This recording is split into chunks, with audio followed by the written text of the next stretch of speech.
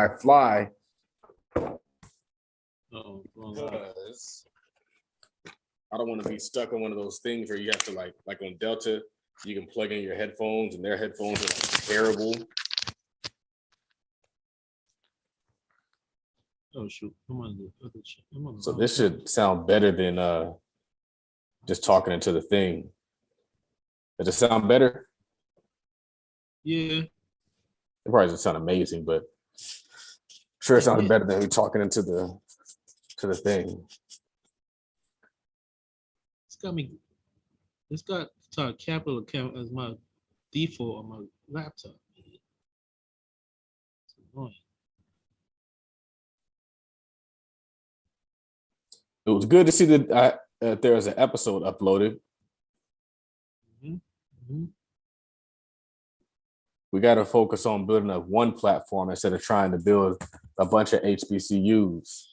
You know, it's too many damn HBCUs, too many damn options community, too many churches. Where this house is, the house that I'm flipping, it was so weird. I drove.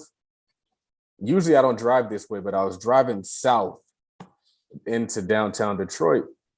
And I was driving to the house because the house is really close to downtown. You can literally see like downtown from like the street where the house is. And there's like this really prosperous church there. And it's net and like the pastor's like super baller. And across the way, he's building like this, he's building an apartment complex. And I was like, dang, his church is super successful. And he's building an apartment complex. And then right next to his church is another church. Literally right next door to his church is a whole another church. And it's actually a bigger, really better looking building.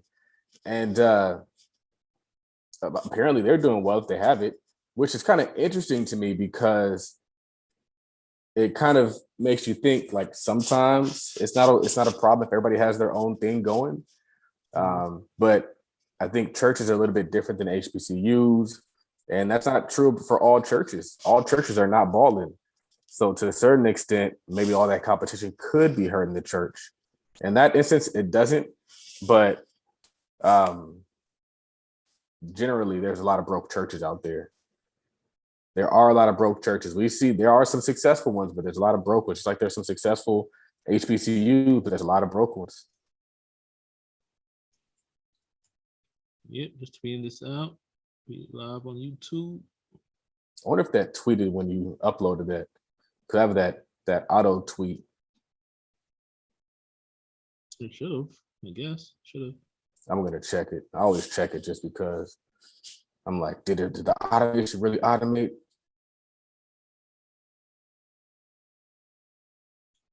Live streaming. Let me start recording.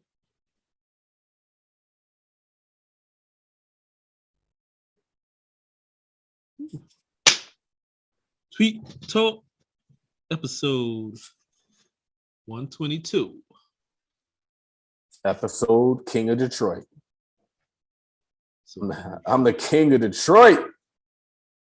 welcome to Tweet Talk, the Black Wealth Podcast. With your hosts, myself, Raphael Husbands, and my partner, Charles Oglesby III, JD. Where we break down financial tweets and talk about building Black wealth. What's happening, Charles? Just out there just being the King of Detroit, man.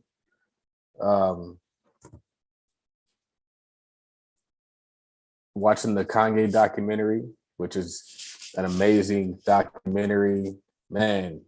And then also what's amazing about Kanye isn't just the documentary. We always focus on like the new stuff he's putting out. But if you go back and you listen to old Kanye been dropping like real stuff since the first album.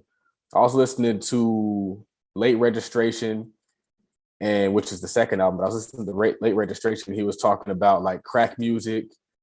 He was talking about materialism. He was talking about like politics, talking about how like we play into the system and like all these different things. Like he's always been kind of controversial. People just didn't really realize that he was controversial, I guess, because he was saying things they'd agree with. which is kind of interesting to me because I was watching this Earn Your Leisure podcast with a Jamaican dude, and the Jamaican dude has a lot of opinions that I think in America would be deemed conservative, but it's really not a conservative viewpoint. It's just an intelligent viewpoint that might not be commonly promoted. So if you don't know who I'm talking about, it was the Bounty Killer episode. I never even heard of this dude. Apparently he's a big deal. Yeah, so I never heard of him. You're on mute, I think. But just out here, I have so much going on, so much going through my head. I need to go to sleep, but I can't go to sleep because I got a lot of stuff to do. So just out here in Detroit, trying to make Detroit great again. Yeah, Bounty Killer is a pretty big dude in the reggae scene. Been around for like a couple of decades already, I think. Bounty Killer. Yeah, and the verses between him and Beanie Man was like big. It was like huge because they were like enemies, like serious. Oh, really? We thought people really was going to get hurt or killed or whatever. And to see them, and when they did the verses, they actually did it in person on a stage together. So it was like people were like, "Oh, that's crazy." And it was cool to see. But how relevant is Jamaican culture to Barbados culture? Pretty relevant because Jamaica is they're kind of like they're the big monster on the scene as far as like reggae music goes.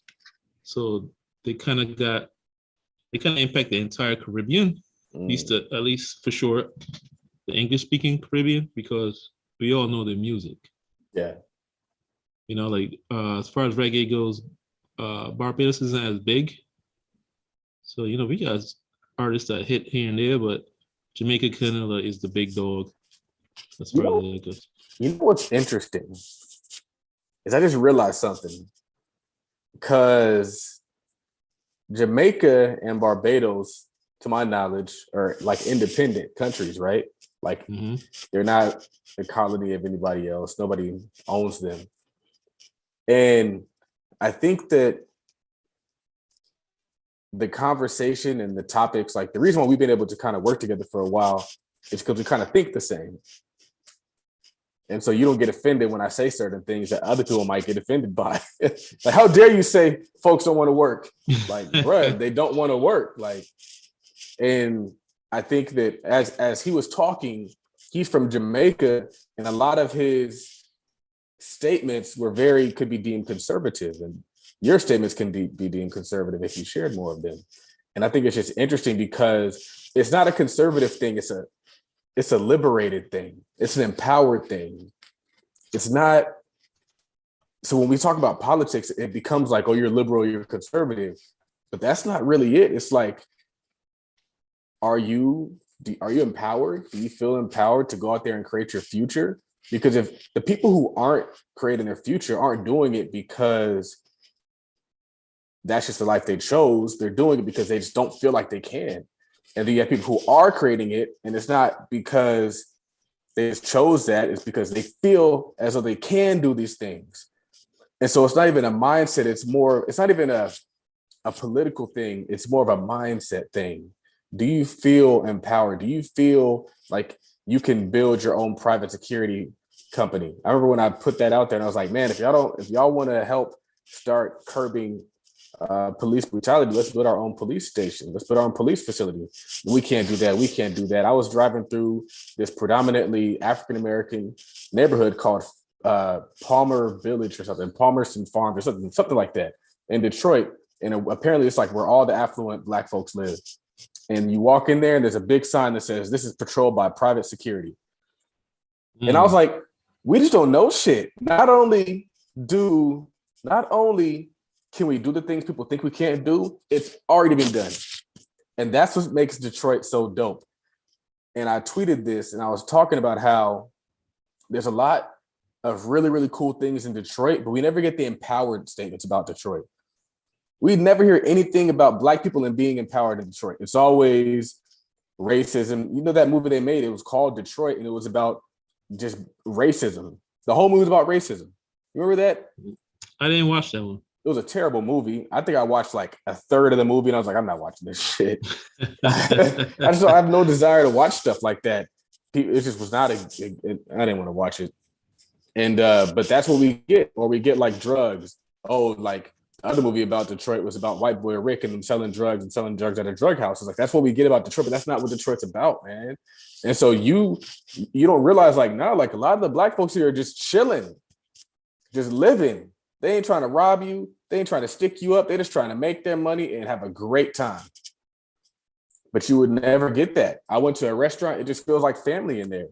It was so weird. We went to the restaurant. I don't know. You don't experience this stuff in California, but like I was sitting there and the waitress comes up to me and she was like, hey, one of the bartender, what'd she say? She said that girl over at the bartender or the bar wanted me to give you this.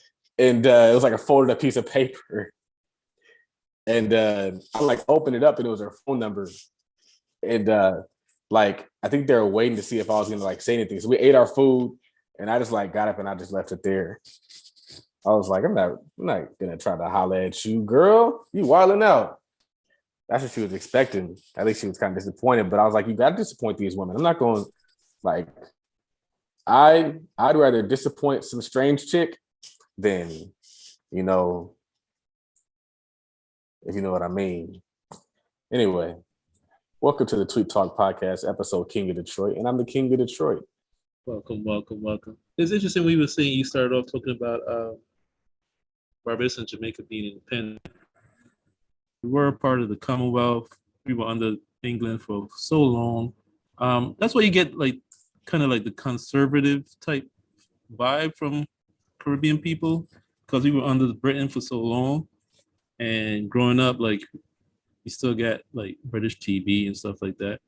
Barbados didn't get their independence till 1966, you know. But recently we became a republic. So now instead of having a prime minister or just having a prime minister, now we have a president. This just happened a couple months ago. What that means exactly, I'm not even sure because I don't pay that much attention to politics, honestly. But what's funny though, when I think about like the bounty killer, like people gotta remember, like you don't have to have the biggest fan base to be the man. Like you never even heard of this dude. In the Caribbean, like everybody knows this guy. He's been making money hand over fist for decades now, like big time. And he doesn't need. I mean, he's also pretty well known in America too. If you're into that type of music, but you know, and like his arch enemy or former arch enemy, Beanie Man, like that guy, he had some major like success in. I know. I've heard of Beanie Man. Yeah, but Beanie Man was doing it. He was recording since he was like professionally since he was like 5 years old. So that guy has been doing it for a long time. You know, but you don't need to have mainstream success to make it necessarily. Mm-hmm. That is so true, man. And that's why I like artists like Currency and Larry June and what they represent, because they don't necessarily have like the Lil Baby or all that kind of accolades per se or budget behind them in terms of marketing, but they're still very financially successful. And they're still in the same space. They're still rappers, they still get on the beat and they still do what they do. But one of the things that I like mostly about independent rap is they get to talk about things that build you up instead of just talking about a bunch of ignorant shit. And so they're talking about getting your credit right, talking about not getting watches with a bunch of diamonds on them, talking about all these different really cool things. So you're right. You don't have to have like this huge following. Another example of that was interesting is I was talking to, I know this wholesaler, we kind of hang out. We're like, he's got like my Detroit friend. So I'm not out here in Detroit by myself. And he was telling me about how there's people from Detroit who moved to California who became pretty successful and popular. And he was like, do you know her? I was like, I never heard of her at all. She got a bunch of followers, super successful, super popping, making all these skits. We live in the same city area for the most part. Never heard of her. And he showed me like 3 people. I literally never heard of these people, but they're successful and they're popular. And it's crazy that you can kind of create your own little ecosystem of success without being Diddy popular or LeBron James popular. It's really interesting. Yeah, and that helps too with when you see somebody major doing something that you're thinking about doing, like maybe you're thinking about doing a course or teaching on a subject, and you see so many people out there already doing it. The funny thing is that you start teaching or putting out a product, and you attract your people to you, your tribe, your fans. They will never even heard of the people. Like I talked to somebody, I mentioned Earn Your Leisure podcast. Earn Your Leisure is a monster in the game. And they were like, oh, I never heard of it. And this was like a Tweet Talk fan. They're like, oh, this is you every week. That's crazy. They never heard of Earn Your Leisure before. That is insane. You know what I'm saying? So you never know. And that's why it takes all kinds. Like, it's sad to me when people at a certain level kind of like put people down for like, man, you ain't ready yet to be teaching. Like, you just started 6 months ago, because everybody needs somebody closer to them. Like, everybody's can't be your customer. Like, some people get intimidated. Like, there's some people that will not buy a stock course from somebody who's a major investor because they're intimidated. They want somebody closer to them, and they want to learn how to open an account. They don't want to learn candlesticks and all these trends. They want to learn how to actually download an app and how to fund their account and open an account, because they don't even know. And I thought about that recently. I'm like, man, there are people that just need that I could be teaching, because people at my job are asking me little questions, but you gotta think like that, man. The people know. There are people at all levels that need what you have. Mm-hmm. And they might buy your course and buy the other person's course too. It's not, you don't have to choose. Like, oh, which course am I going to buy? Both. All the above. Right. Now, Charles, you had a tweet. Now, I think let's touch back on this real quick, Mr. King of Detroit. You touched on it already, but you had a tweet where you said they always highlight the racism in Detroit, but not the abundance of Black business and Black wealth that racism tends to create. A lot of layers to that tweet, but I'm always amazed when I'm in Detroit and I see all this Black wealth. Is there Black poverty?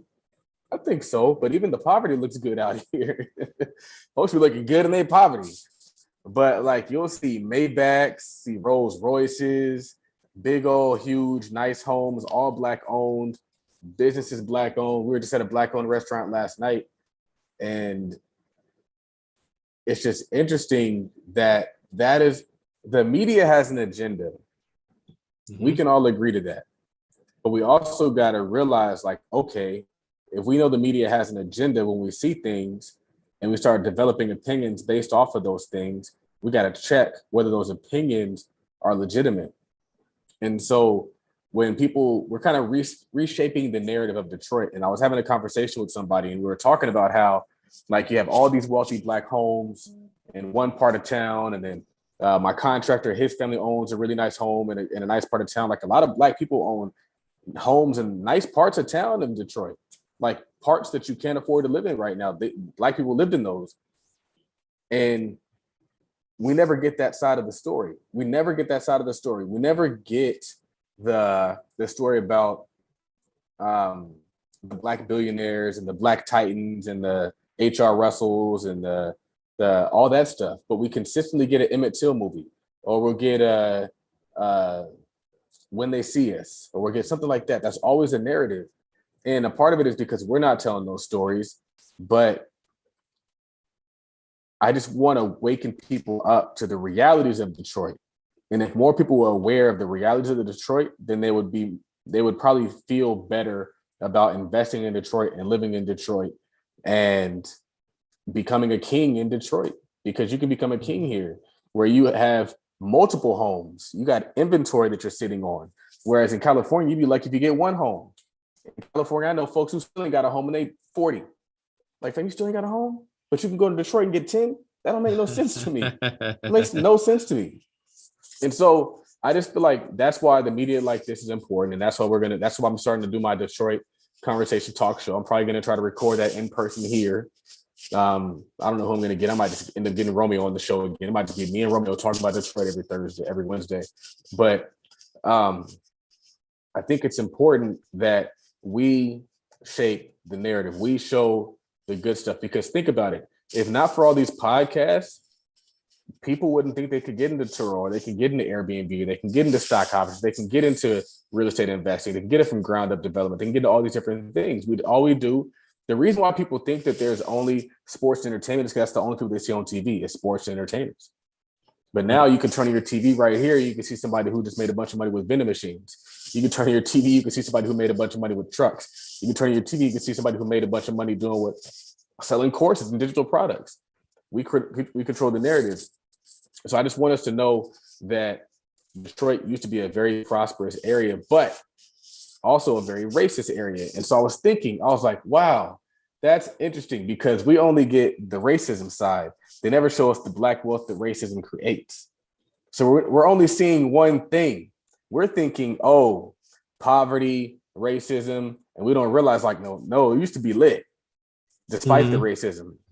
Because, and this is why, and so the reason why I shared that is I was going to say, like, okay, like, racism creates wealth. Racism is a wealth creator, and integration is a wealth destroyer. And so we need to switch up our narrative and start saying, like, we never seen people hustle harder until they thought the president didn't like them. People was grinding, Raphael. People was collaborating, they was sharing, they was promoting, they was helping, it was business.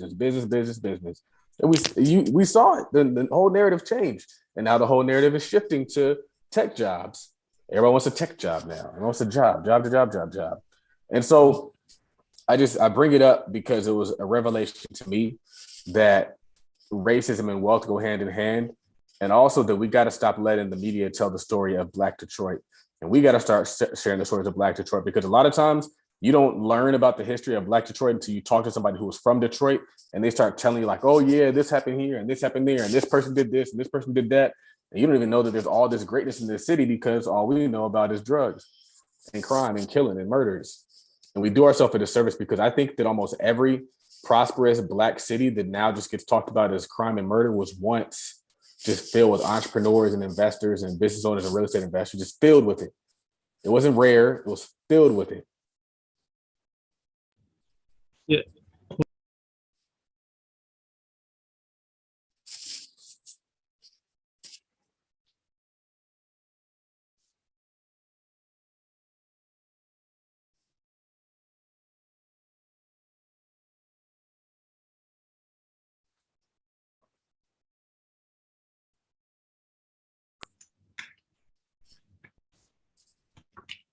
Yeah, it's like they said, Tulsa, Oklahoma was not the only Black Wall Street. It was a Black Wall Street. People just learned about it like 20 years ago. That's when I first learned of Tulsa, Oklahoma, Black Wall Street.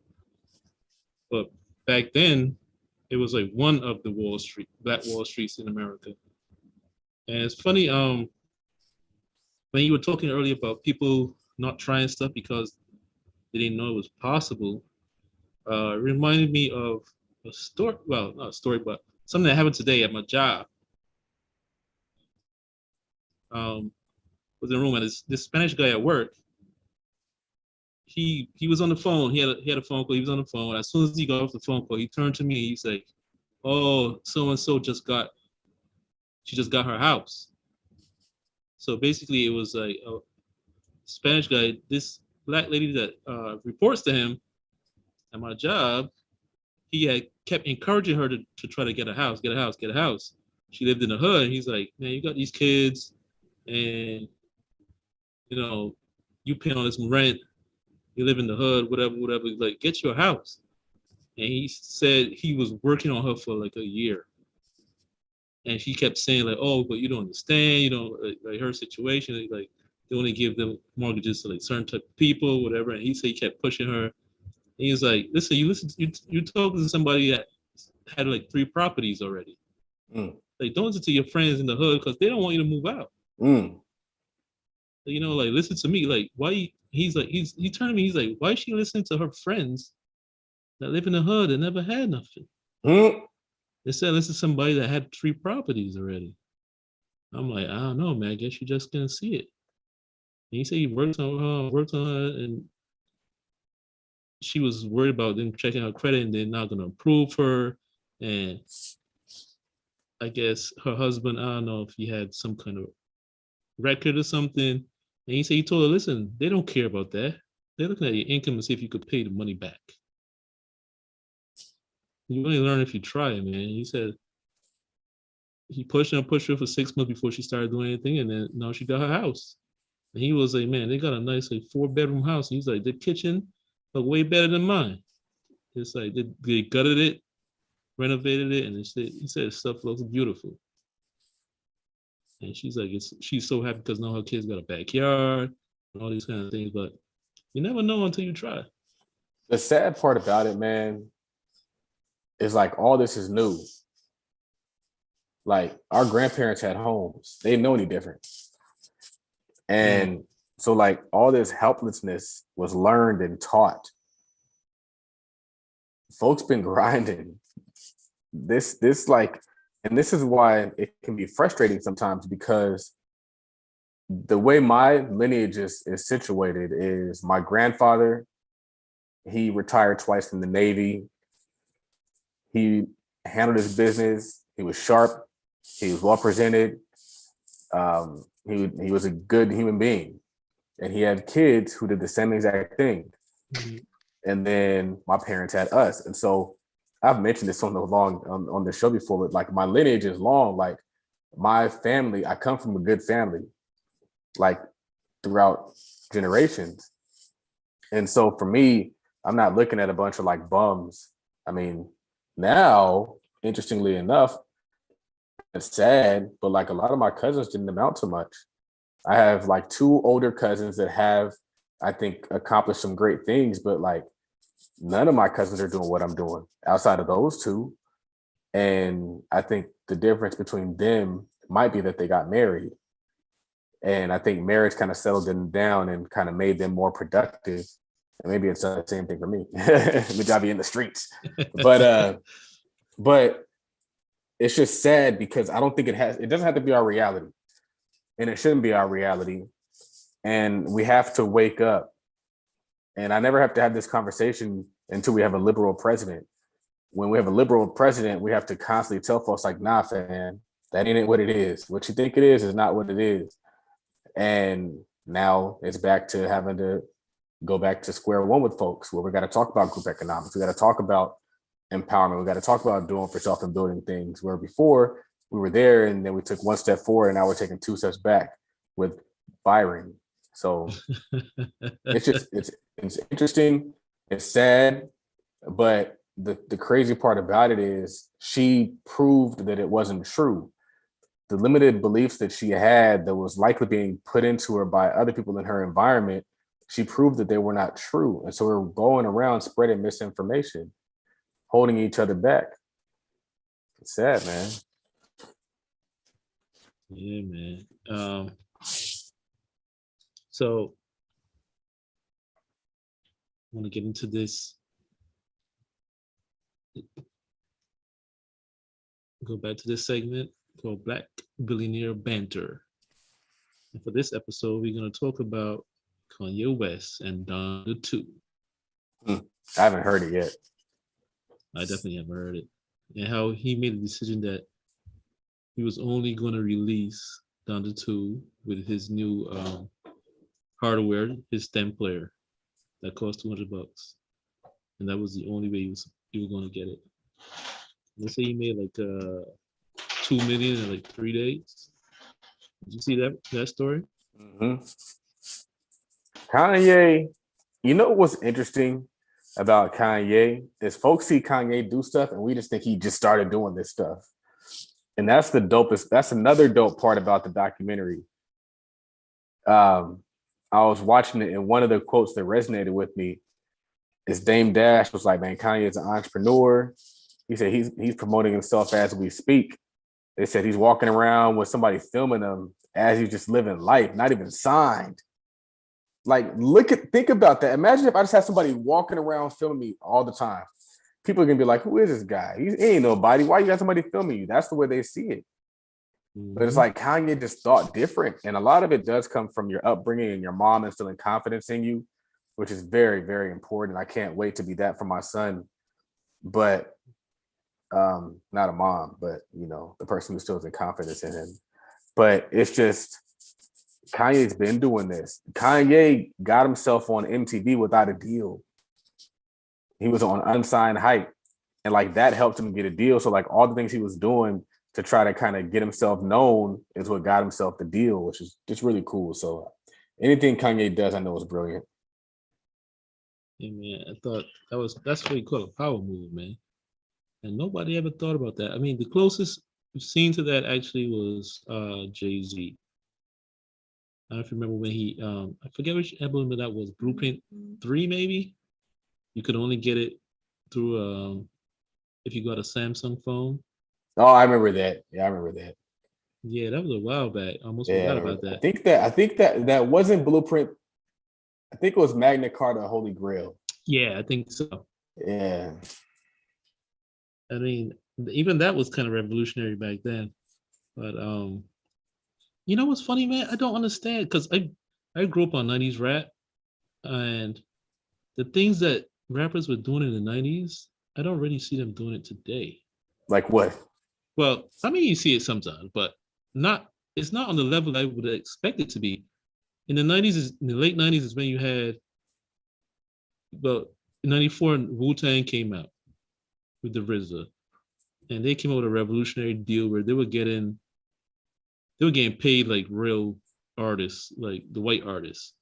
And they had signed a deal where they could sign individual deals with any label that they wanted to. Like the label that signed them as a group did not own their individual rights. That was revolutionary. Yeah. In 97, Master P came out and did an 15% profit split with Universal. That was revolutionary. Owned as masses, all these kind of things. And then 20 plus years later, you see people still trying to get label deals and signing their life away. Like, you still see some independent people, but not on the level you would expect. I think that they had to adjust, and they had to make it lucrative to get a deal where I don't know if they were getting $1 million checks when they were signing deals back then. I don't know what record labels looked like back then, but I think that plays a part. They had to find a way to say, all right, well, you can go, you could grind it out yourself, or you can get this fat check right here. I mean, a part of it could be the information we're being fed. Because, I mean, I think Master P did turn down $1 million deal, but I don't think he turned down $1 million deal when he didn't have a name. I think he turned down $1 million deal after he'd already produced some stuff and been seen as actually doing things. I'm not sure. I remember watching the documentary. I'm not sure the timeline of things, but I'm pretty sure he'd already put out some work. Yeah, put out some work, but he wasn't known nationwide yet. But he was known where he was at. Yeah, he was in like Richmond, California.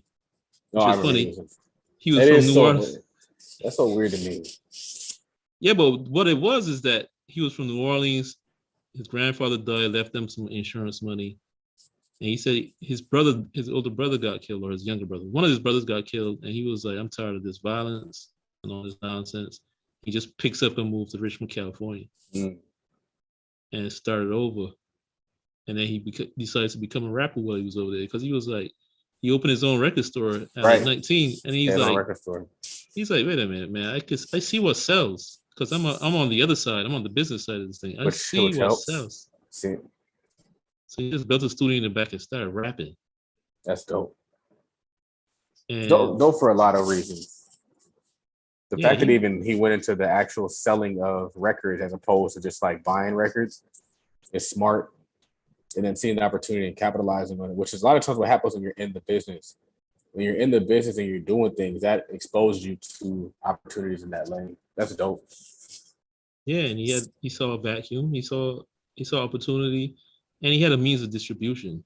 Like, he built his own studio in the back. which keeps his costs down. And then he has the store to sell the music. Yeah, it's so interesting. It's like, man, imagine if Black History was just learning that stuff. Like Black History Month, we're gonna learn how Master P learned No Limit, and I want to hear a book report on how Master P started his own record label. Right. But nowadays it's like Teach me how to beg.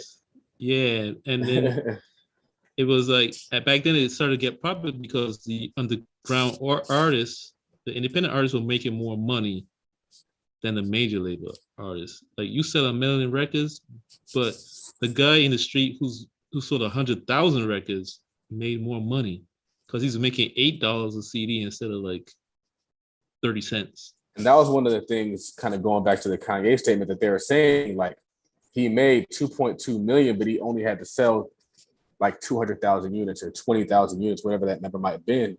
And they're saying, like, in order to make that same amount of money, you have to sell so many more records or get so many more spins, because we're in the era where it spins.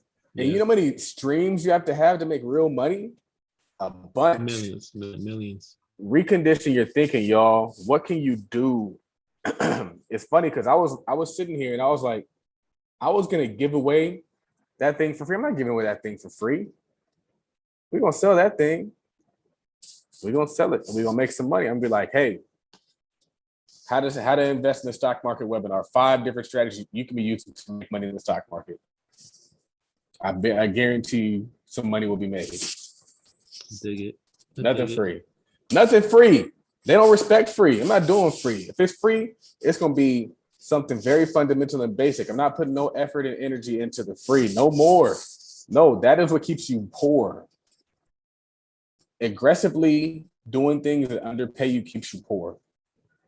But if you aggressively promote at your value or more, you're good. So that's where we at, fam. And you had a tweet where you said being cheap is expensive. Yep. And I think it was as it relates to the Chargers and how we don't want to play talent. We don't want to pay talent. And it's an unintelligent way to run a sports franchise, because you look at the franchises that do really well and they pay. The Yankees pay. The Dodgers pay. Granted, the MLB is different in terms of salary cap. I don't think we even have a salary cap, which I think they should do away with. But you look at teams like the Rams, you don't have to just pay with money sometimes. Sometimes you can just pay with draft picks. Or you can pay with future draft picks. Like that's how the Lakers build their franchise in the salary cap industry. Or you convince players to do certain things because you've built up a culture of winning. And so they really spoke to like the Chargers and how we've had talent in the past. We let them walk. We let Hunter Henry walk and he goes to the Patriots, he balls. We let Melvin Gordon walk over money and he goes and he balls. Granted, Melvin Gordon didn't do it the right way. And I think that's a part of the reason why he didn't get paid, is because the way he went about it, there's a way that owners don't want to incentivize players to get their way.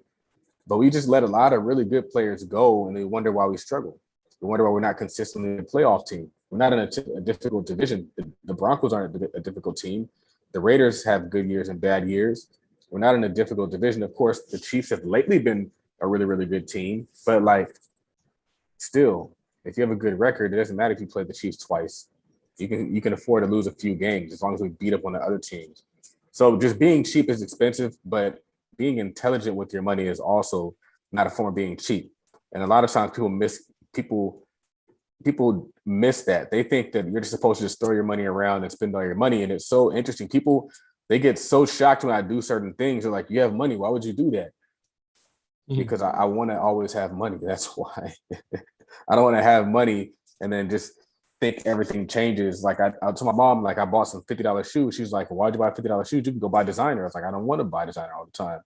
I'm over there painting this house, and the guys like, man, you're over here painting this house. Like you could pay somebody to do that. Like, yeah, if they want to do it for a fair price, but if you're gonna gouge me, I'm not doing that. I'm not paying you $2,000 for something I can get done for $400.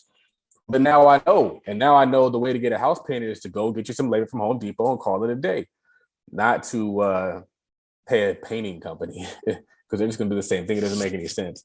So that's all I'm saying. It's like it's gonna catch up to you, but mostly it has something to do with sports. Give me 1 second. Mm-hmm. Hey, talk going on, people. Be sure to follow us on Twitter. Follow the podcast at Tweet Talk Pod. That's Tweet Talk POD on Twitter. Follow myself, Raphael, on Twitter at Work Money Life.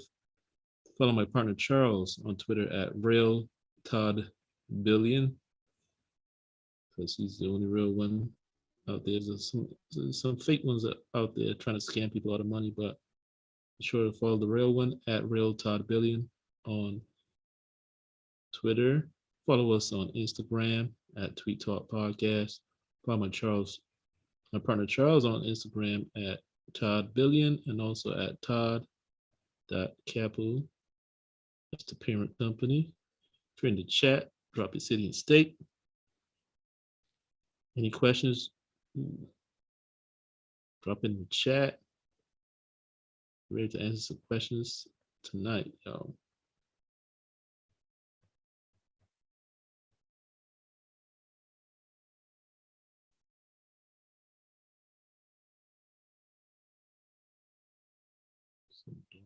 Wait for my partner to come back.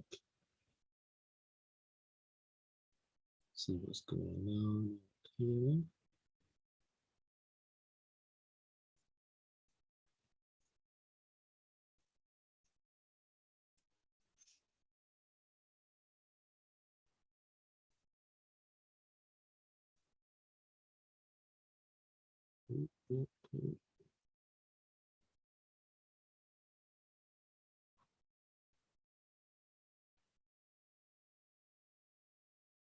It is the last day of Black History Month. And people are going crazy over Russia versus Ukraine.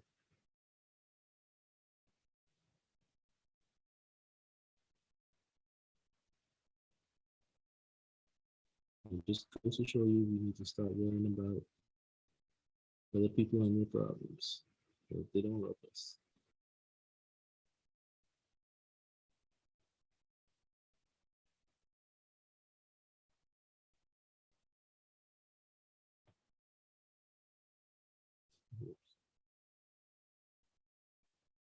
Drop questions in the chat, yo.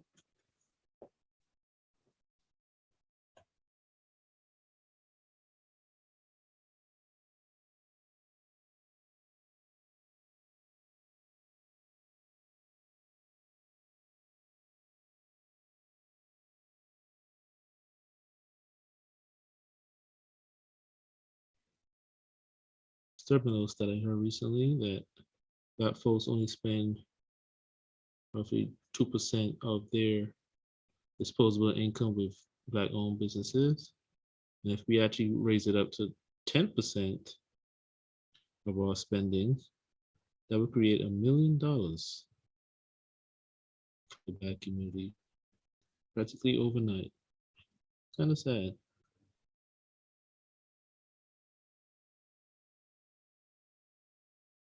Where is Charles at?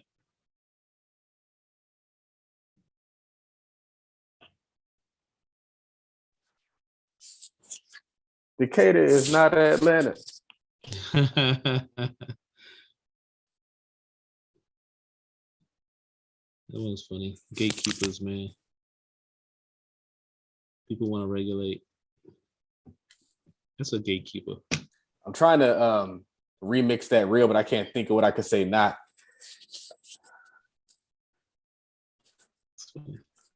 We'll see. So speaking of Kanye, you had a tweet. You said successful people turn everything into a win, not just the good things.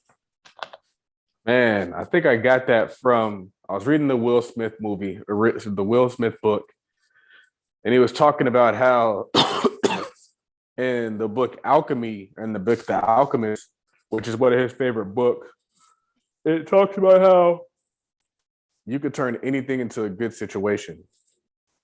And that's kind of how I approach life, man. A lot of us end up in entrepreneurship out of a bad situation, an unfun situation, an unpleasant situation that pushed us into, like, You know what? I'm gonna just do this on my own. I just build this on my own.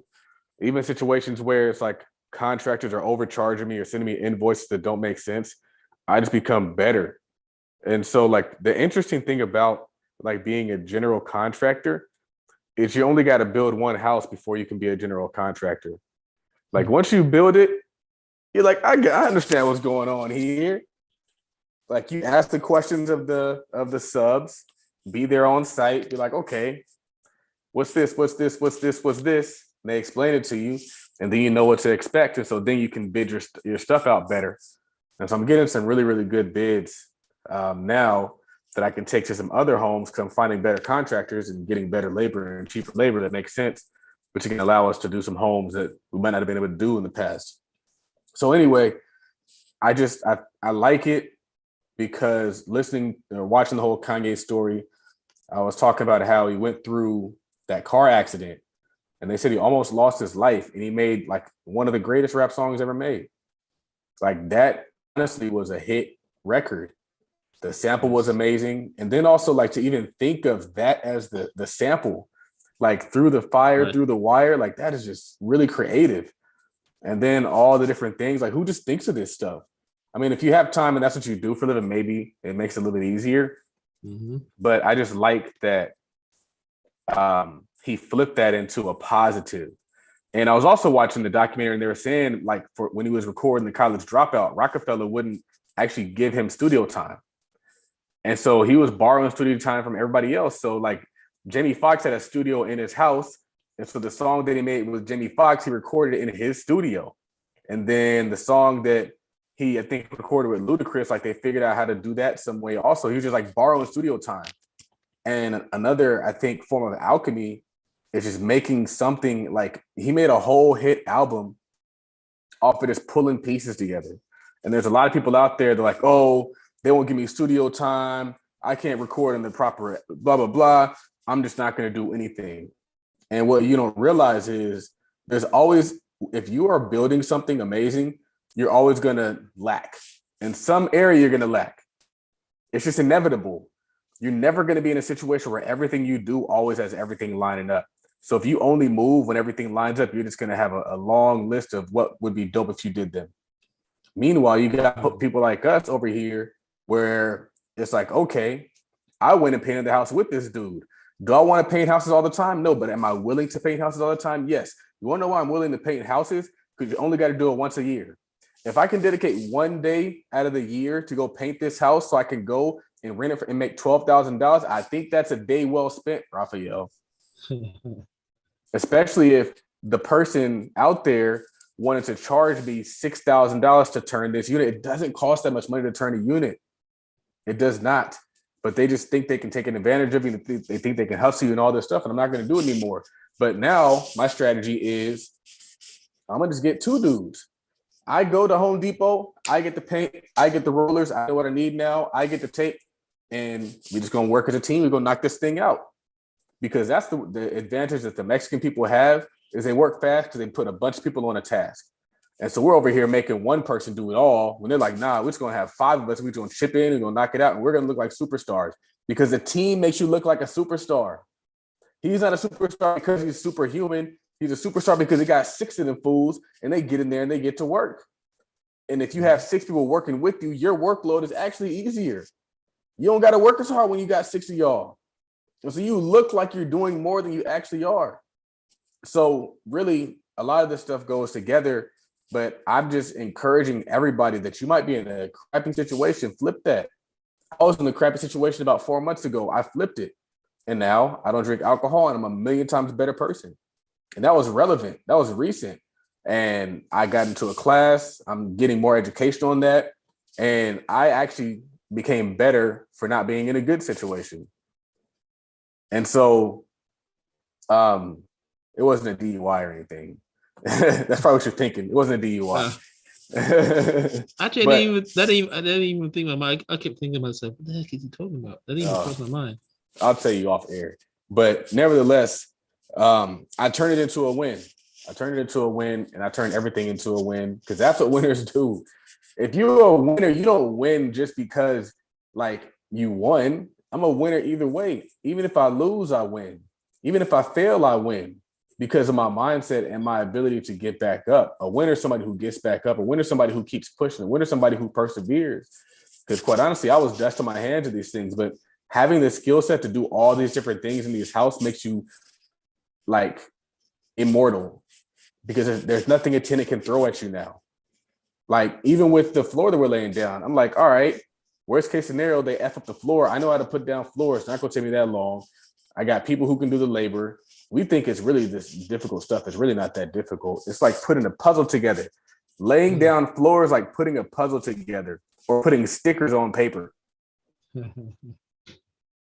And it's actually easier than a puzzle because you already know where everything goes. The most difficult part about it is just cutting the pieces. But once you get it down, if you know this board is going to be boom, boom, boom, it's easy, man. It's not that deep. Are you still in Detroit right now? I am being Detroit until Sunday. I come here and I stay for a while now. I don't just be peeking in like I used to do. Back in the day, I would like pop in and then go back to work. Go back to work, boss. Now I'm like, man, this is work. So I'll get up and I'll hopefully get 2 dudes. So this is my strategy now. Is like I can't be sitting at the house all day with y'all painting. I'm gonna go get the materials. I'm gonna get 2 dudes. I'm gonna know what to expect because now I know how long stuff takes, which is that's valuable in itself. Knowing how long it should take somebody to do a task is valuable.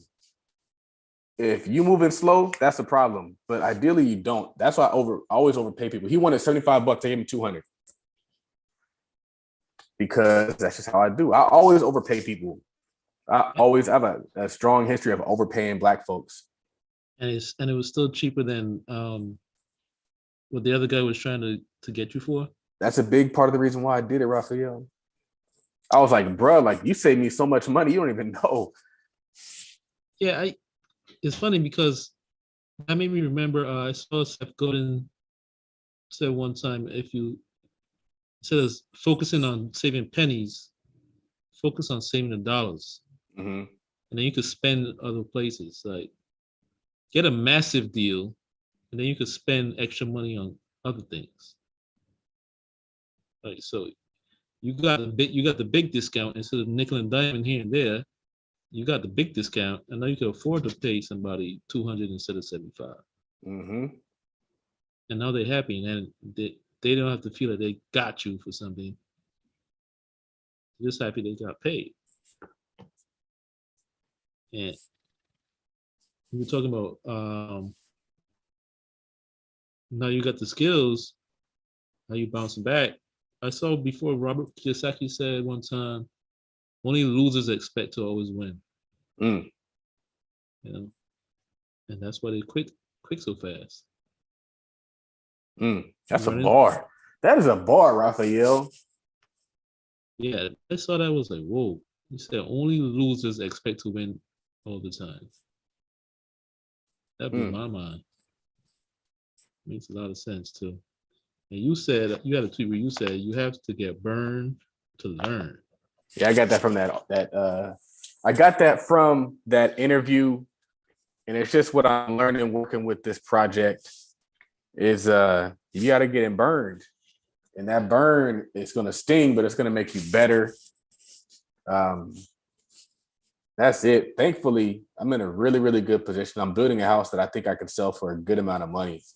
It makes me really happy because I could make a good amount of money on this project. And who knew? Who knew I'd be building something? But I think a part of it is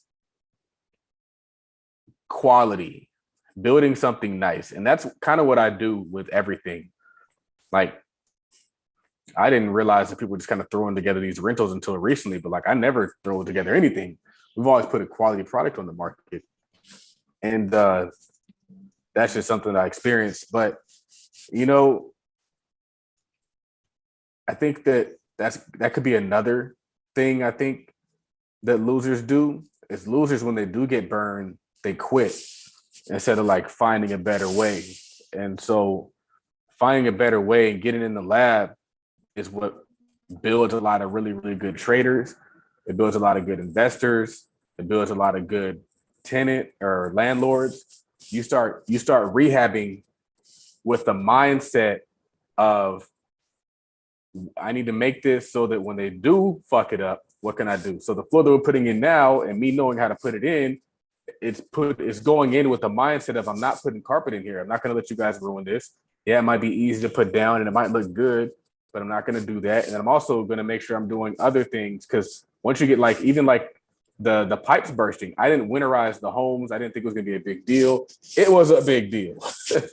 Winterize your homes. Every pipe that could burst did burst, and it just wasn't. It's not fun because a pipe burst and you're just gonna have a basement full of water. You could have, it's just bad. You gotta winterize your properties. It's bad. You might need to put a checklist together and make sure every property has been winterized, the water's been turned off, and the water's been run out of the pipes and whatever else needs to be done. But not winterizing your properties is a bad thing. Murphy's Law. Anything that can go wrong will. And at the worst possible time. Now, you had a tweet where you were talking about, it came from I think it was an Ash Cash video or something, interview. The guy said we need a black Bill Gates more than we need a black president. Say it again. You're asking me that tweet? So we need a black Bill Gates more than a black president. Are you asking me to talk about that? Yeah. Oh, yeah, that was an old tweet. You know, I got my hype fury going, so my hype fury will retweet some old tweets that I put out there with fire. I mean, it's kind of self-explanatory. It's really just reconditioning our minds to see the value in that space. But I think it's really relevant now with this new black female Supreme Court justice has been elected or nominated. So, I mean, shout out to her, but that's accomplishment for her. It's not an accomplishment for black people. Please believe me. We can't be out here celebrating one person getting a job, because like that doesn't move the needle for the culture as a whole. Like, yeah, will it help shape policy and laws? Maybe. But like, still, we don't need policies and laws. Like, policies and laws shouldn't be the come up. Policies and laws aren't the come up that you think it is. That's my phrase, my favorite phrase. It's not the come up that you think it is, because the biggest and the best things in America are privatized. They're privatized. And so we got to maneuver without the government. And that's how we're going to really win. So, I mean, that's going to look like some group work. That's going to look like some stuff like that. But that's what's going to really help us get there. What's funny also is like, it's really not a win if they don't even promise you anything. Yeah, that too. Because Kamala got in the office, no expectations. It's funny when a lot of people say politicians make all these promises and they lie about it and then they never come through. Mm-hmm. But a lot of times these politicians don't even make promises to us. Yeah. It's just ridiculous. They just say, vote for us or you ain't black. Or you ain't black. One thing I was going to say is, and this is really important, and one thing that he said that the black Bill Gates, that billionaire, is going to create 100 millionaires and millionaires. And that's why I always tell people, is like, don't hate on folks that you see doing something. Like, instead of doing that, like, become the person close. Become that number 2, become that number 3, become that number 4, become whatever. Because do you think that the number 5 person at Google is hurting for money? He's living good. The number 5 person at Twitter, the number 5 person at wherever, they're good. And so the hack is either being an entrepreneur or being very close within that circle. Like, that's the hack. But a lot of us don't know that. We're just like, oh, if I'm not the boss, I don't want to touch it. It's like the COO of Whole Foods is blessed. These people, if you are executive level, if you're a corporate level, if you're a leadership level in these massive organizations, you're making more money than LeBron, maybe not LeBron James, but maybe you're up there. You're making more money than the average athlete. You're making more money than the average rapper. You are. It's like Gary Vee says. He says that, like, the least paid, not the least paid, but like let's say the 160th paid NBA player probably makes like $250,000 a year, something not that high. He was like the 160th ranked businessman has a jet. So it's like we're playing the wrong game. And if we knew that just the value of being in the room, man, if we knew the value of helping somebody become Bill Gates, if we knew the value of all those different things, and people still don't do it. People still don't do it. People still will not help you make money. They will spend your money. They will not help you make it though. And that's the frustrating thing. It's like, man, help me make some money, y'all, please. Because if y'all help me make money, you know what I do? I be paying it to all y'all. You know how many people I pay? Tomorrow's the 1st. I pay a lot of people, and they all black. Every single one of them is black. Every single person that I hire is black. I don't got nobody on my staff that's not black. And I pay a lot of people. I'm gonna have to spend a lot of money tomorrow. I'm not happy about it. I'm tired of spending money, damn it. I'm so tired of spending money. But like, that's what happens when you get to that space. You create black jobs. And it's you don't even do it on purpose. It just like becomes a necessity. Like I need people. Who wants to be the boss, man? Yeah, like that Prince Donnell video he put out. He said, attach yourself to the visionary. Mm-hmm. It's crazy. Like, what's that guy's name? Paul Allen? Who was out there buying sports teams? Paul Allen. Microsoft. See, even you don't know. Right, man. Never heard of him. Microsoft. Portland Trail Blazers, Seattle Seahawks. Never heard of him. No? Okay. Yeah, he was like number 2. Am I thinking the right person? Yeah, Paul Allen. Yeah. On a couple of sports teams. Well, that then is Steve Ballmer, but Steve Ballmer was more like, what was he, like CEO or something like that? He made good money. He was just an employee. See? I be trying. Y'all think I just make shit up, Ralph? They think I just make shit up. I don't be making this shit up, y'all.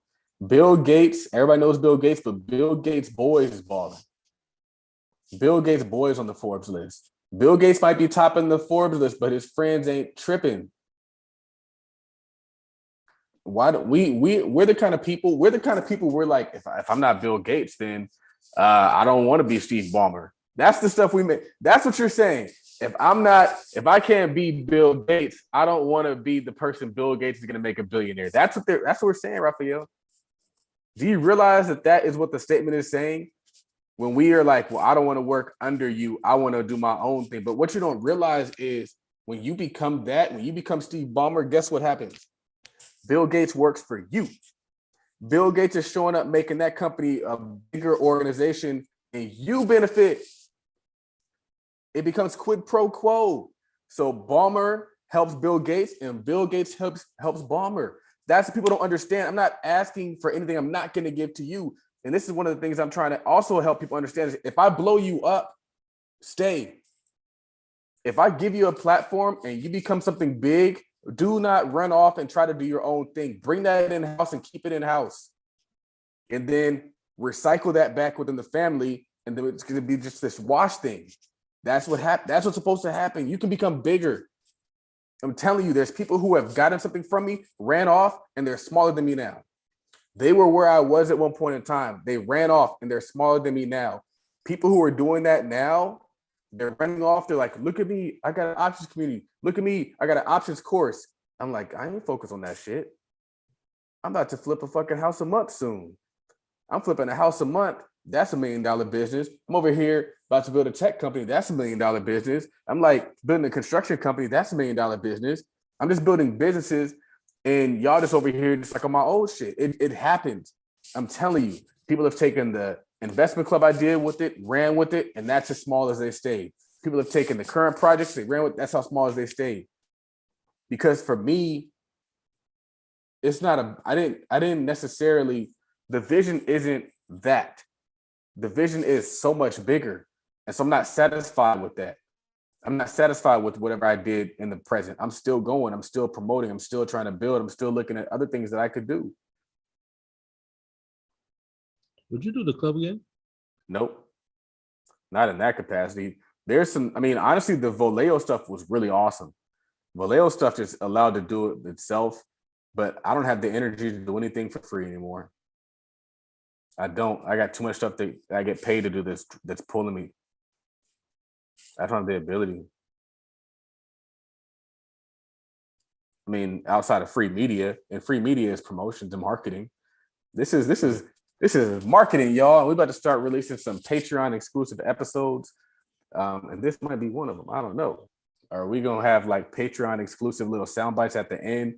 But we have to monetize. And you want to know we have to monetize? Because if we monetize, you get bigger. You're gonna get better from us. If you invest into us, you're gonna get better from us. It's just the truth, man. I would argue that my social media content has improved. I'd argue that the things that we're doing has improved. The sound quality has improved. The cameras that we're using has improved. So if you invest your $50, it's I don't even say it's not, you're not giving us anything. It's an investment. We're such a small organization that all it's going to do is just going to go into improving the quality of what we bring to you guys. So make that investment into Tweet Talk. Make that investment in yourself, because really, the better Tweet Talk is, the better you will be. Come on, y'all. I'm telling y'all, that's the way we as people grow. That you pour money into what we're building instead of pouring money into what Gucci's building. Ooh. Get me started on that. It's funny, I looked up Paul Allen, co-founder of Microsoft.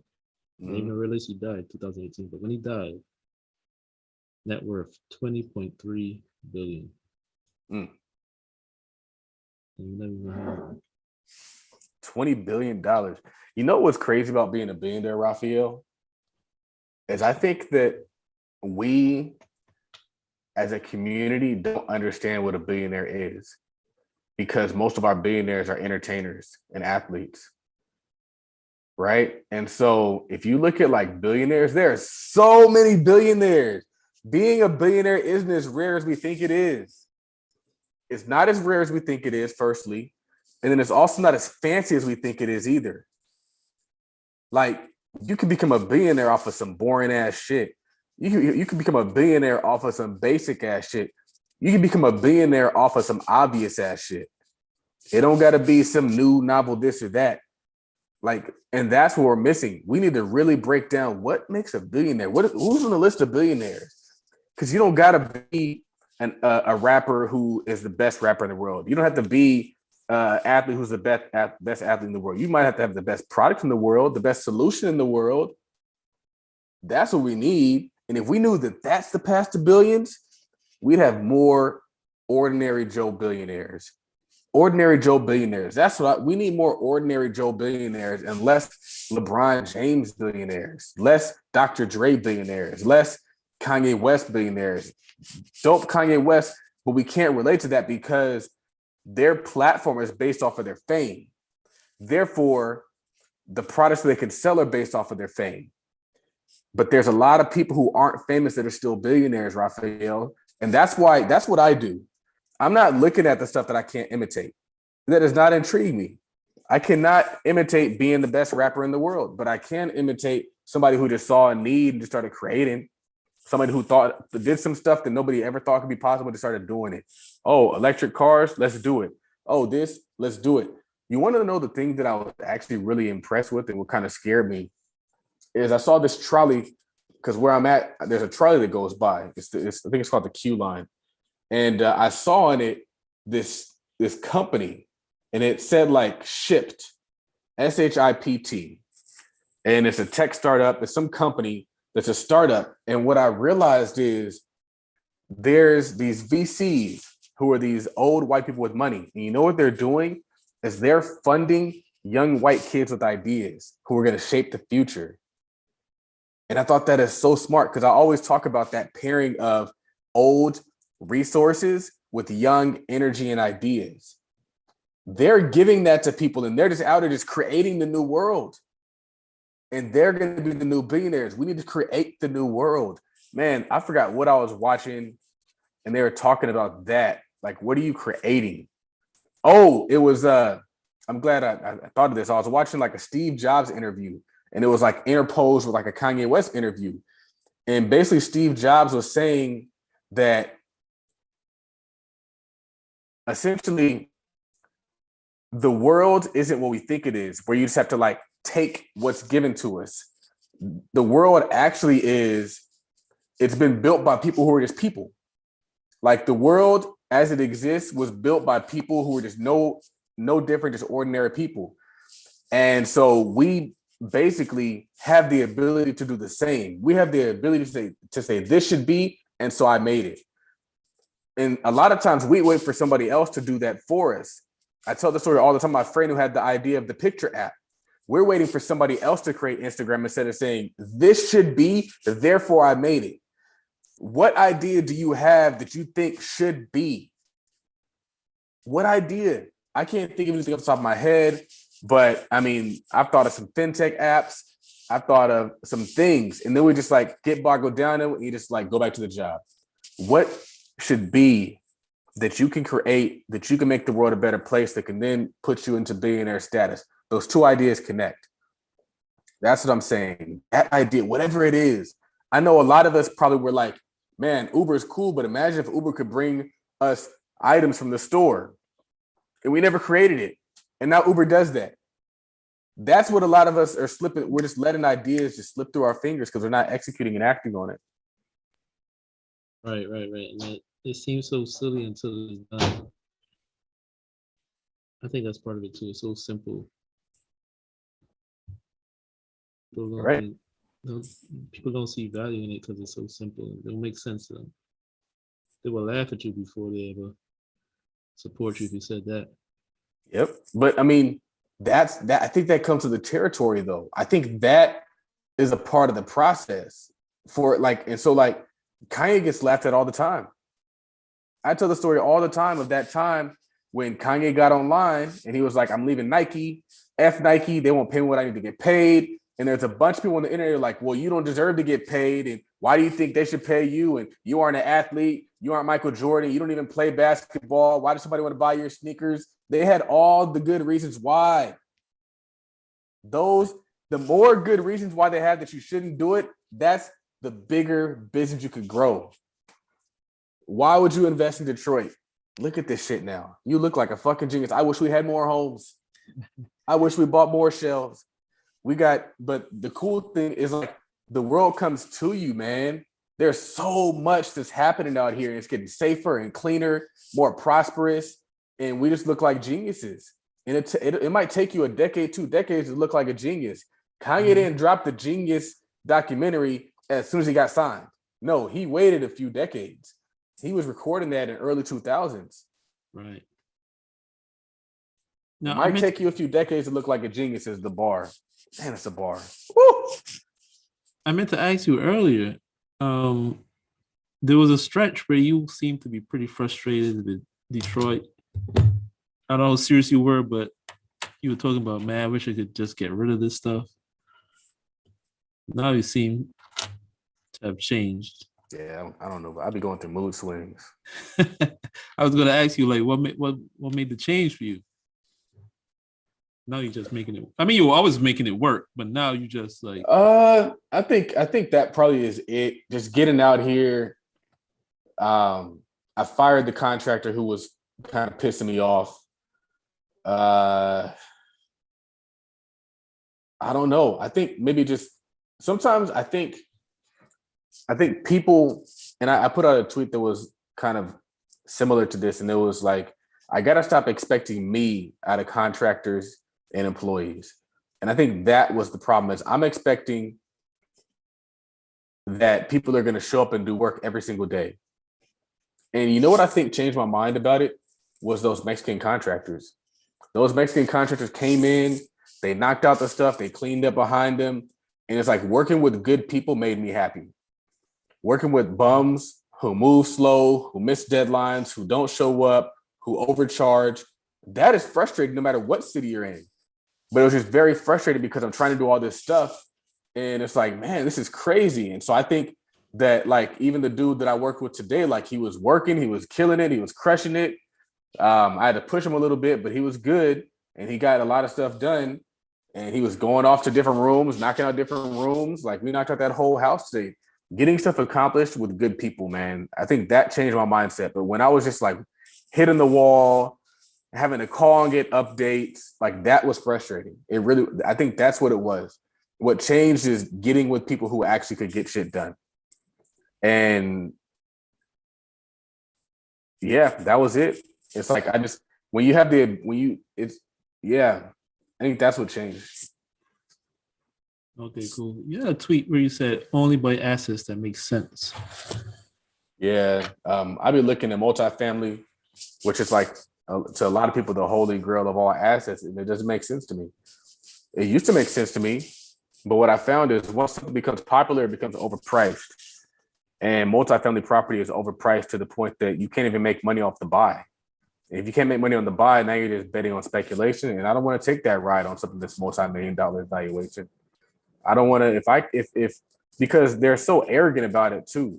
They're like, oh, this is what it is, and if you don't want to pay this, then whatever. And so multifamily is attractive now, but I think it's bound for a correction. And if I'm wrong, so be it. As interest rates increase and all that stuff occurs, I have a feeling that the correction is going to happen. And I think that with under Biden, that is inevitably going to happen. But I never just take what somebody online says is a good asset as like Bible or gospel. I always got to investigate it for myself. I always got to look and see if it makes sense for myself. Because a lot of times the people online who are promoting multifamily that I've seen are the people that are selling multifamily because they're a real estate agent, or people who are lending on multifamily because they're a lender. Not the people who are actually investing in it and buying it and scaling it. And granted, there are a few people who are doing it, like the Eric Fridays of this world, and they bought a really good deal. So kudos to them. But I think it's overvalued. Granted, I will say that anything that comes through a realtor or an online listing is likely going to be not a good deal. So multifamily could make sense if you can get it off market, if you can get a good deal. But if you're buying anything on the MLS, it's a bad deal unless you can negotiate it right. There's always exceptions. Some people say you can find deals in the MLS. Some people say you can't. But a lot of times they're not willing to budge. Julian Gordon swears by it. The MLS? Oh, no, not the MLS, multifamily. He swears by multifamily. And he also, but his multifamily is a little bit different. He's not talking about thousands of units. He's talking about like 4 to 8 units type stuff. Like small multifamily. Yeah. I know they also did him and this guy Anthony Kimball, he's a former football player. They did a crowdfund project in Baton Rouge, Louisiana. I haven't checked in on that one. I gotta see how that's going. Just check. I didn't put money into that one, but yeah, it's funny because like when you're doing real estate, sometimes it can be uneventful. Sometimes it could be like not a good time to be in a deal. So it's like updating people can kind of be stressful. Right. And it's like, it takes time. The real estate deals, the big ones, take time. I mean, if you're in a syndication, it's like you don't see money back quickly. Or if you see money back, it's like little money, like monthly from profits from monthly rents and stuff. But if you're gonna make money on these real estate syndications, it's like 3 to 7 years or 3 to 10 years. And I think a lot of our people who are new to this type of thing is like, it's hard to imagine that putting money into something and waiting 10 years to get your money back. Because we also new to this, man. We gotta learn. Other people have been doing it for so long. So it's old news to them. And you said like only buy assets that make sense, like makes me think of crypto. It's kind of like you said, if you know finance, crypto don't really make sense. The worst part is that when you call it cryptocurrency, You can't really spend it. So what makes it a currency? And why is it that no matter how much they say the US dollar is dead, it's still tied to the US dollar? You got to use US dollars to buy it. I was telling somebody that I think that crypto is just a ploy to get your real money. And it's like, Otherwise, we could all just mine it and it'd be easy to mine. I think it's just a ploy. Just like NFTs. I mean, if there's something to it, it's gonna be a while before. I mean, people, there are ways to make money on it now. Like people do DeFi farming and staking and all these kind of things. And that's getting money. You get money. They're paying you money to use your money, almost like a bank, but it's really your money. But whatever. But you got to use real money to buy it, and it's kind of like that old saying: "Who made the money during the gold rush? The people who sold the picks and the shows." So who's gonna make the money during the NFT rush? So it's the Coinbase and even Robinhood, Crypto.com. They're facilitating these transactions. They're making the money, man. Mm-hmm. And we never talk about those like cryptos that get wiped out. There's a lot of stories about like cryptos that were like hyped up by promoters or hyped up by celebrities that like really went bust. There's probably more cryptos that went bust than anything else. So actually somebody's getting sued right now. I forget who it is. Floyd Mayweather, I think. I think it's Soulja Boy. Oh wow. Soulja Boy and somebody else are getting sued for being part of a pump and dump scheme. Like, it's crazy out here. It happens a lot. I've seen Kim Kardashian was a part of one of those too. I mean, it just doesn't. I mean, I don't think they're very intelligent in that space. Somebody just like tells them, and I think that it kind of becomes like everybody else is like. And this is why I talked about this on Instagram Live. I was like, I didn't learn about stocks on YouTube. I learned about stocks in college. So my understanding of stocks is a little bit deeper than like the average person. Like I understand the math that goes behind telling you what a stock should be worth. I understand different discount models. I understand different analytical models that tell you what a stock is worth. And none of that is relevant in crypto. None of it. And then I look at NFTs and it's just like, what are you guys doing, man? It's worth more just because they say it. I saw a interesting TikTok and it was saying like what people will do is they'll start an NFT and then they'll like publish it and then they'll buy it from themselves. So then they say, oh, I created this or this NFT, we created it, and then somebody bought it for this much money. But they were the person who bought it. As people are always playing, it's like the greater fool theory. Like the value is based on who's going to buy it next, not on the actual value. So you say, okay, this house is worth $320,000, or homes are worth $320,000. Why? Because somebody paid $320,000 for Charles's house.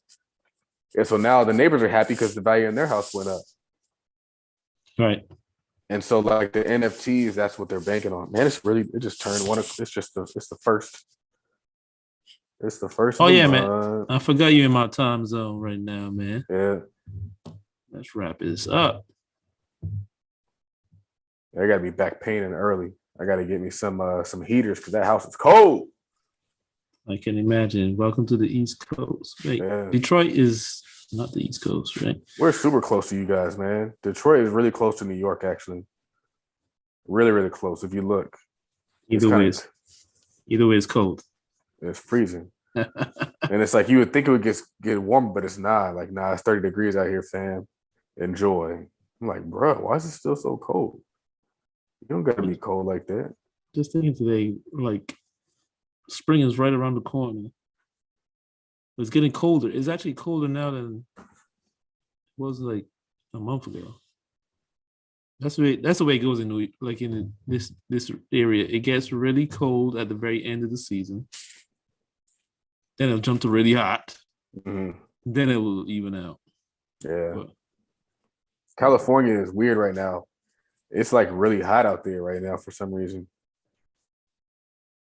But, only buy assets that make sense, people. Stock market has been around for over 100 years. There's plenty of experience out there, books, videos, courses, all these kind of things. People, there's history. You kind of know what it's going to do. Crypto is so new, man.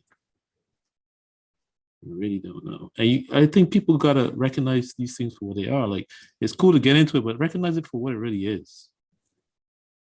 You're gonna make money like staking and farming and all this kind of stuff. Like, recognize it what it is. It's an income play or a pump and dump or whatever it is. But don't say you're not buying nothing with it. You're not. It's not a currency. It's built on hype. I like the term digital asset. That's what I like. I'm okay with calling it a digital asset or like a crypto asset. You can't go to the store and buy a bag of chips with it. So, it is what it is. Not that I'm saying don't ever buy it, but just know what it is that you're doing. Start rushing to hype. I feel like Black people just jumping over steps. Like, first, let's get into the stock market and get strong there. Instead of jumping past the safe, not even safe, but the proven stuff. People trying to jump over the proven stuff to get rich quick. Like, I'm not gonna buy a personal residence. I'm gonna get me a 100-unit building. I'm not gonna invest in index funds and stocks. I'm gonna get me some Bitcoin. Like, let's stop jumping over steps. Get rich first and then do that stuff. Anyway, we can wrap this up. Episode 122 of Tweet Talk, the Black Wealth Podcast, with your hosts, Raphael and Charles. Be sure to follow us on Twitter at Tweet Talk Pod. That's POD. Follow my partner Charles on Twitter at Real Todd Billion, because he's the only one. Follow myself, Raphael, on Twitter at Work Money Life. Follow us on Instagram at Tweet Talk Podcast. Follow Charles on Instagram at Todd Billion, and the parent company at Todd.Capital. Episode 122, The King of Detroit. Tweet Talk, the Black Wealth Podcast. We are out of here. Oh, man. All right, I'm about to finish uploading this content and get to sleep. I got to wake up early. Cool. Good night, man. All right, man.